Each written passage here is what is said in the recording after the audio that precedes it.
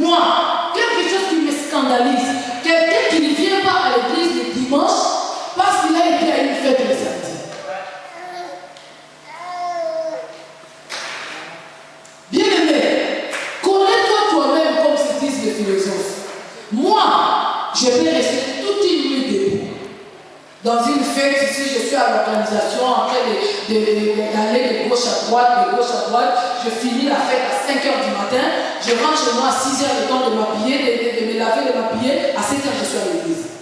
Et tu ne me verras pas en train de somnoler, parce que quand je suis à l'église, je suis à l'église. L'histoire des fêtes de la nuit blanche est passée, là je suis à l'église. Mais si, par exemple, tu sais que je ne vais pas tenir toute une nuit et le matin être à l'église, qu'est-ce qui est important? D'aller à la fête ou de venir à l'église? Parce qu'à la fête, il y aura quoi? Du poulet. Tu en manges tout chez toi. Il y aura du poisson. Tu as toujours l'habitude de manger du poisson. Tu peux aller à l'exotique, tu peux t'acheter du poisson, tu grilles à la maison, tu manges. Il y aura quoi à locaux? Les bananes, 1 kg, c'était 2,50 €, je ne sais pas quoi. C'est à cause de ça que tu vas te priver d'une bénédiction. Bien aimé, les jours où Dieu viendra te visiter, tu ne le sais pas. Les jours où Dieu a planifié pour accomplir des choses dans ta vie, tu ne le sais pas. Les jours où tu vas te dire que non, parce que j'ai une fête que je vais me reposer, c'était les jours de ta bénédiction et tu vas le matin. On nous a donné un témoignage un jour, il y avait un frère, il était choriste. Et il avait besoin de quelque chose, il a commencé à prier. Il a prié, il a eu une conviction d'aller au jeûne de prière. Il avait une jeûne de prière de 7 jours à 7. Parce qu'il avait besoin que Dieu puisse le répondre. Il a prié. Et Dieu sachant faire les choses qui devaient finir sa retraite le vendredi. Or, le samedi, ils ont répétition à l'église. Et pendant qu'il était en prière, Dieu a décidé que les samedis dans la répétition, c'est là que Dieu viendra pour nous répondre. Les frères qui prient 7 jours vendredi la nuit là, Seigneur merci, je crois que tu m'as exaucé, merci. Amen. Les samedis matin, quelqu'un vient nous chercher. Frère, il y a ma soeur qui est malade, est-ce que tu peux venir avec moi pour aller prier pour ma soeur? Les frères s'est dit, bon, je peux, la répétition, aller prier pour quelqu'un. C'est aussi l'œuvre de Dieu, non? Bon, aujourd'hui, je ne vais pas à la répétition, je vais aller prier pour cette soeur. Il parle avec les frères. Arrivé à la maison, la sœur n'était même pas à la maison, ils sont partis à l'hôpital. Donc, ils ont finalement décidé, non, on va quand même aller à l'hôpital. Bon, là, il est arrivé, la sœur n'est pas là. On est se dit, bon, que j'arrive même à la maison, même si ça serait en retard, mais que j'arrive parce que la personne que je suis venue prier pour elle, elle n'est pas là. Non, le frère est resté. Ils ont commencé à parler, oh, écoutez, quand la sœur viendra, il faut l'exhorter. Dieu est celui qui guérit. Amen. Le frère est rentré à la maison. Il n'a même pas appelé son dirigeant, son responsable pour lui dire, écoutez, voilà pourquoi je n'étais pas là. Oh, les dirigeants savaient que le frère est en prière. Donc quand il l'a pas fait en répétition, il a cru que le frère est encore en retraite. Oh, le frère a fini la retraite le vendredi. Normalement, le samedi, il devait être à la répétition, mais il n'est pas allé. 2 jours après, il y avait une maman à l'église qui priait aussi. Le Seigneur est venu visiter cette maman. Il lui a dit, va dire à frère, je connais pas son nom, va dire à frère X. Dis-lui que tout ce qu'il m'avait demandé en prière, je suis venu le chercher pour le lui donner, mais il n'était pas là. La maman qui arrive, frère, comment tu vas? Comment je vais bien? J'étais en prière, j'ai vraiment prié. Oui, je sais. C'est pour ça même que Dieu m'a envoyé pour te voir. Dieu m'a dit de te dire, il était venu pour te donner tout ce que tu lui avais demandé, mais tu n'étais pas là. Les frères lui disent, quoi? Je n'étais pas là. Comment est-ce que je n'étais pas là? Moi, j'ai fait 7 jours de prière, j'étais dans la présence de Dieu. Après que le jour où je suis sorti de la prière, je suis allé prier pour quelqu'un qui était malade. J'ai toujours été. Quand est-ce que vous dites que je n'étais pas là?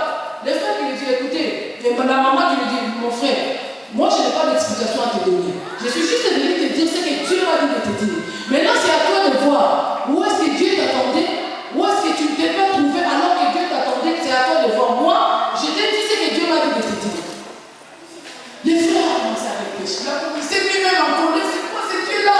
Pourquoi? Est-ce que cette maman, est-ce qu'elle ne me fait pas de blague? Moi la prière que j'ai faite là, ça ne peut pas rater. Je crois que Dieu m'a dit.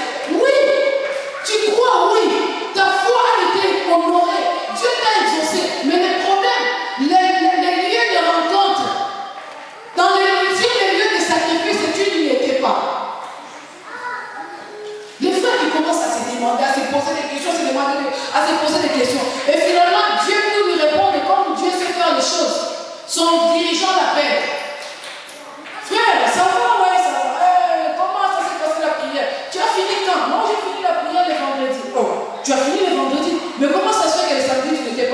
à la répétition. Or, ces frères-là, il était parmi les piliers dans la chorale. Donc, il avait, bon, on ne dirait pas trop indispensable ou irremplaçable, mais en tout cas, quand il est là, les choses, ça marche bien. Maintenant, les dirigeants commencent à se dire, mais pourquoi tu n'étais pas à la répétition? Oh non, je suis allé prier pour quelqu'un, mais les dirigeants lui disent, mais comme tu n'étais pas là, du coup, la répétition ne s'est pas bien passée. Comme toi, tu n'étais pas là, déjà les frères tel n'était pas là. Alors, tu sais, quand vous n'êtes pas là, c'est comme si la bénédiction de Dieu ne va pas descendre. Finalement, les frères ont compris. Hein? Qu'est-ce que tu viens de dire, dirigeant? Ah oui, quand on n'était pas là, on a fait la répétition, mais on a compris comme si il y avait quelque chose qui manquait, comme si Dieu ne nous a pas écoutés, comme si la bénédiction de Dieu n'était pas là. Les frères ont commencé à pleurer. Le dirigeant dit, oh, qu'est-ce que ça? Pourquoi tu pleures? Je comprends maintenant le message que la maman a voulu me dire. Donc, finalement, c'était les jours-là. Il a fait 7 jours de jeûne et prière. Mais Dieu s'est dit, j'ai l'habitude de les rencontrer à la répétition. Donc, quand tu viendras à la répétition, je vais te rencontrer pour le bénir. Mais ce jour-là, le frère a raté la répétition parce qu'il s'est dit, écoutez, je parlais la dernière fois, l'autre fois, je parlais des lieux de sacrifice. Là où tu es, dans ce que tu fais, je ne dis pas que tu dois rester statu quo, tu ne dois pas faire autre chose, non. Mais tu ne peux pas négliger ça parce que tu veux faire autre chose. Alléluia. On attend le chant là le dimanche pour chanter. Le culte va commencer en vient et il se dit non, aujourd'hui moi je ne chante pas, aujourd'hui moi je suis au protocole. Tu es à l'église, mais Dieu ne te bénira pas au protocole. Parce que Dieu t'attend derrière le micro. Nous servons un Dieu d'ordre. Le Dieu que nous servons, c'est un Dieu d'ordre. Il veut que nous puissions marcher dans. Ces frères-là, il a raté sa bénédiction. C'est qu'il demandait à Dieu, on ne sait pas c'était quoi, mais il a raté tout simplement. Parce qu'au lieu d'être à son poste, d'attendre la bénédiction de Dieu à son poste, lui, il a jugé bon d'aller se faire un super médecin, d'aller prier. Prier pour les gens, c'est pas mauvais. Mais ce n'était pas à ce moment-là. Parce que ce moment-là, c'était son heure de répétition. Alléluia. On vient un jour et dit non, aujourd'hui il n'y a pas de prédication, on ne va pas prêcher parce que tous les prédicateurs veulent se faire le chant. Nous, derrière le micro, on va chanter. Gloire et gloire. Ça, c'est le désordre. Dans notre poste, si nous sommes consacrés dans ce que tu fais là, ces frères-là, bien qu'il a appris que non, il y a une sœur qui est malade, il pouvait aussi, s'il était à la répétition, en train de faire son travail, mais dans le cœur, avec le fardeau de la situation de cette sœur-là, Dieu pouvait la guérir même de nous. Puisque seulement lui est resté fidèle, lui est resté à son poste, en train de servir à son poste, Dieu pouvait tendre la main et guérir cette sœur même à distance. Mais il a abandonné son poste pour aller faire autre chose. Et quand Dieu est venu, les jours où Dieu est descendu dans les jardins de l'Éden, vous croyez que Dieu ne savait pas où se trouvait Adam? C'est un Dieu omniscient, c'est un Dieu omniprésent. Il savait tout, il pouvait directement se présenter devant. Pourquoi? Mais non, il est venu au lieu de rendez-vous. Là où il avait l'habitude de croiser Adam. Il arrive là, Adam n'est pas là, il commence à appeler Adam, où es-tu? C'est comme pour lui dire, qu'est-ce que tu fais là? Ta place là est ici. Alléluia. Est-ce qu'il y a des questions par rapport à ça? S'il n'y a pas de questions, nous allons prier.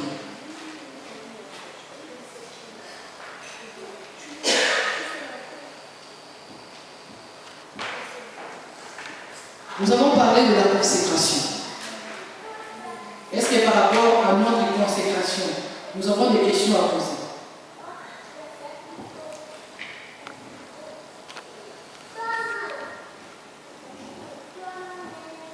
Il n'y a pas de questions, ça veut dire que tout le monde a bien, très bien compris.